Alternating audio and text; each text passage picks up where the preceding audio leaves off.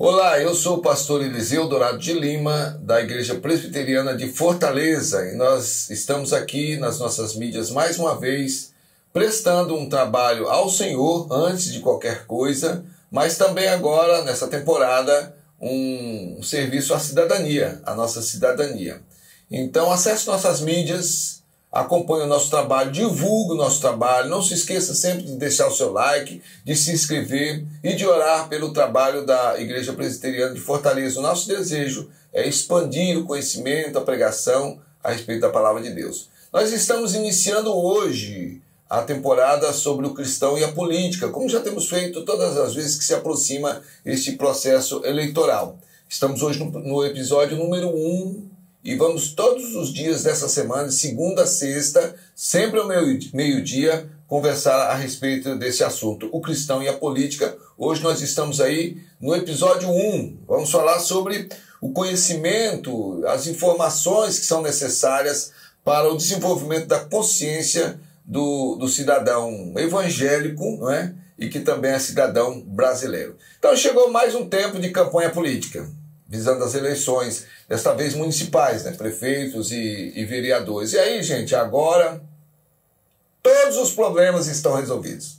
Os pobres vão ser ajudados, emprego que não acaba mais, não é? Justiça para tudo quanto é lado. É lógico que eu estou sendo irônico, mas nós vamos ouvir muitas promessas, muitas acusações entre os adversários, e nós precisamos prestar atenção no comportamento, nos debates, nas publicidades, aquilo que vai ser veiculado, porque uma das coisas que tem pego o eleitor, na minha opinião, são as propagandas. Tem muita gente, muito crente, que ainda acredita em propagandas. E a gente tem que, na verdade, ser simples como uma pomba, astuto como uma serpente, de acordo com o ensino do Senhor Jesus. Então você vai ouvir muitos termos, mas, afinal de contas, o que é ditadura? O que é fascismo? O que é capitalismo? O que é que as pessoas querem dizer quando falam da democracia?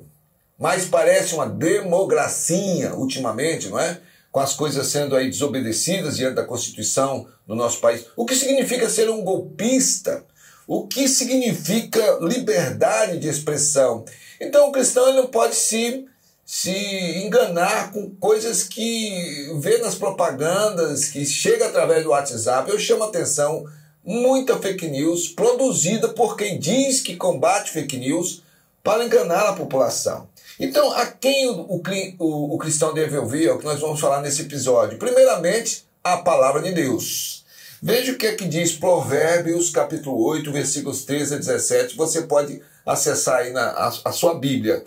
Provérbios 8, 13 a 17. Nos diz assim: o temor do Senhor consiste em aborrecer o mal, a soberba, a arrogância, o mau caminho e a boca perversa, eu os aborreço. Meu é o conselho e a verdadeira sabedoria, eu sou o entendimento, minha é a fortaleza. Por meu intermédio reinam os reis e os príncipes decretam justiça. Por meu intermédio governam os príncipes, os nobres e todos os juízes da terra. Eu amo os que me amam, os que me procuram me acham. Então aqui a palavra de Deus está se referindo à sabedoria. E a sabedoria é a expressão da presença de Deus. Então o cristão deve buscar em primeiro lugar a palavra de Deus. A sabedoria, o discernimento vem da palavra de Deus. A orientação, por quê? Porque a palavra ao mesmo tempo diz que maldito é o homem que confia no homem e faz da carne a força do seu braço. Então tem muita gente que se engana porque conhece a pessoa, já ouviu falar da pessoa, esse conhecimento é superficial e é necessário, na verdade, atentar para o fato de que a Bíblia diz que o temor ao Senhor é o princípio da sabedoria. Então precisamos ouvir ao Senhor, precisamos buscar a palavra para sermos maduros como eleitores cristãos. Nós vamos votar em homens e em mulheres que são falhos, que são limitados. Mas nós queremos que o nosso país seja abençoado com pessoas sérias, comprometidas. E eu não estou dizendo aqui para formarmos um escalão de políticos somente evangélicos, mesmo porque alguns deles têm nos decepcionado. mas procurar realmente a orientação na palavra de Deus, orar, buscar de Deus a orientação, estudar realmente a proposta que é colocada diante de nós para que possamos fazer as coisas de uma forma equilibrada. É lógico, você não vai abrir a Bíblia e dizer, oh Deus, mostra aqui, não é nesse sentido, mas conhecer e buscar principalmente o perfil de pessoas que a Bíblia diz que devem ser observadas como tendo condições e capacidade para ocupar aí a posição de autoridade. Mas a quem o cristão deve ouvir? Então, em primeiro lugar, ele deve ouvir a palavra de Deus. Em segundo lugar, segundo a minha concepção, o cristão deve ouvir a sua consciência. Sua consciência como cidadão dos céus antes de qualquer coisa, mas também como cidadão da terra. Ele está aqui, nós vivemos na terra. Nós nos relacionamos aqui na terra. Nós temos as nossas amizades, nós temos as nossas famílias, mas é preciso realmente ouvir a nossa consciência, purificando-a, como eu disse, em primeiro lugar, através da palavra de Deus.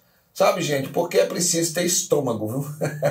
É preciso realmente a gente ter, assim, um equilíbrio muito grande diante de algumas propagandas de homens e mulheres sem escrúpulos, repetindo mentiras. Eu tenho dito e eu tenho procurado viver isso. Eu estou conhecendo candidatos. Já almocei com um deles aí 3 vezes. Já tomei café com o outro, conversei com o pastor. Eu quero saber da história, com a esposa, como é que é a família. Porque o que você vê na telinha é forjado para conseguir o voto. Então, cuidado com os testemunhos de conversões, por exemplo, durante esse período. Você precisa saber realmente e procurar conhecer o testemunho, se a pessoa tem vivido realmente os princípios do Evangelho. Por exemplo, eu ouvi falar aí na mídia por um adversário de um certo político que ficou um tempão como deputado e não fez nada, e que faltou muito a sessões e tal. Então, como é que a gente pode reagir diante de uma coisa dessa? Indo atrás das informações, procurando ser um cristão equilibrado. Então, por exemplo, como um cristão equilibrado, como é que você se posiciona, por exemplo, com todo e qualquer esforço com relação à censura? A liberdade, como é que fica? Porque se a gente não cuidar, de repente nós não podemos nem falar do Evangelho.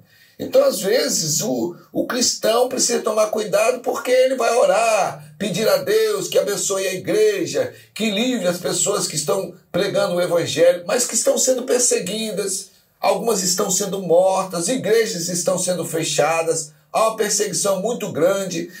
O crente ora por expansão do Evangelho e, ao mesmo tempo, vai votar em candidatos ou ideologias que privam esse direito em muitos lugares. Oram pela família, vamos orar pela família. A estrutura básica que nós temos diante da criação de Deus ao criar o homem macho e a mulher feminina para formarem a família. Então eu vou votar em alguém ou em alguma ideologia que trabalha contra a família, que deliberadamente destrói através de projetos a estrutura da família. Então nós precisamos prestar atenção nisso. A consciência do cristão não pode estar impregnada de uma paixão partidária acima dos princípios bíblicos. Eu me lembro do testemunho de um irmão muito querido que já faleceu, morava lá em Maringá, do Paraná, irmão Guilherme, deficiente visual, mas ele ficou depois de um certo tempo. Ele disse, eu era inimigo do Evangelho, inimigo da palavra, um ateu, e aí, então, em função de problemas de saúde, ele ficou cego. E veio a conversão. Ele disse, olha pastor, eu precisei ficar cego para começar a enxergar. Que testemunho! Porque diz o ditado popular que o pior cego é aquele que não quer ver.